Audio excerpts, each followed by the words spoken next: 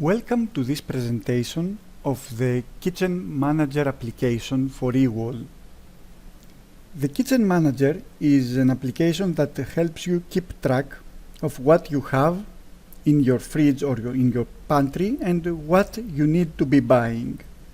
It also supports for browsing for recipes and searching for them based on certain ingredients. You can access the application from the eWall main screen. The icon is located here next to the reward system icon. By clicking on it, the application is launched. It starts at the overview screen where you can see a vertical menu with your possibilities. By clicking here you get the overview screen. By clicking on the fridge, you go to the fridge management, pantry management, recipe management and shopping list. Returning to the overview, you get some idea on what you can do with this application, and you get some instructions on how to use my fridge, my pantry, my recipes, my shopping list elements of the application. Continuing with the fridge, you start with a view of what is actually in your fridge, and since the application has been launched for the first time, your fridge is actually empty.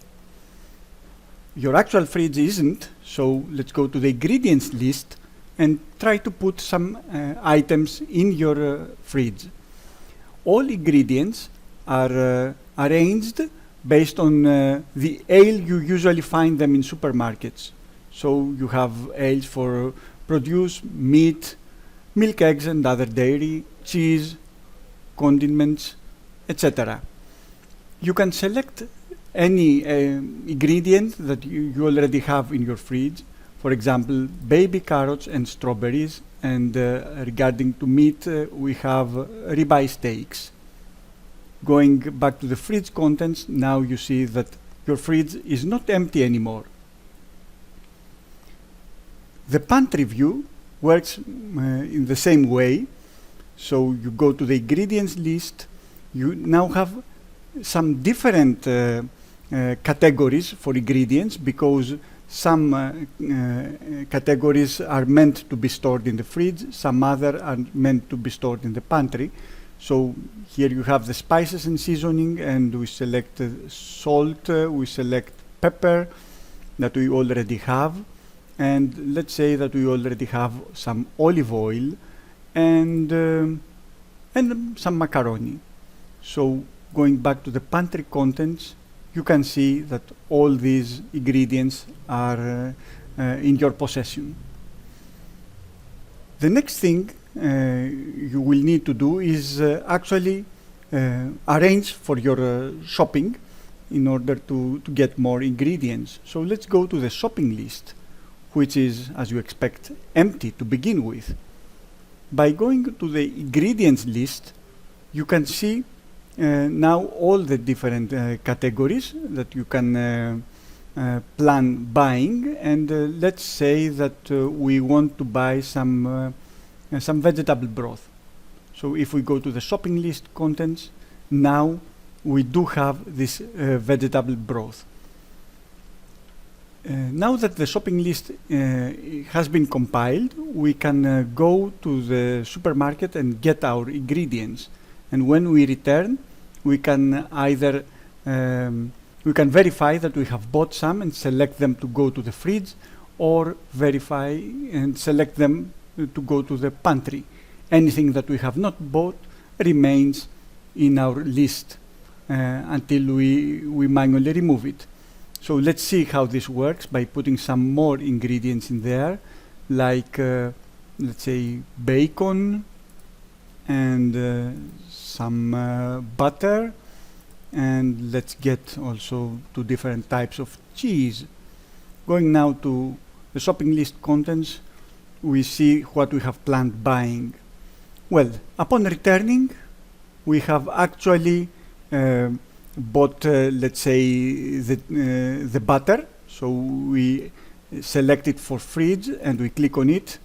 and the Parmesan cheese, and we have actually bought the vegetable broth, and we select it to go to the pantry. We click on it. The other two ingredients we did not buy, so we deselect the pantry button and we click on them and they just disappear.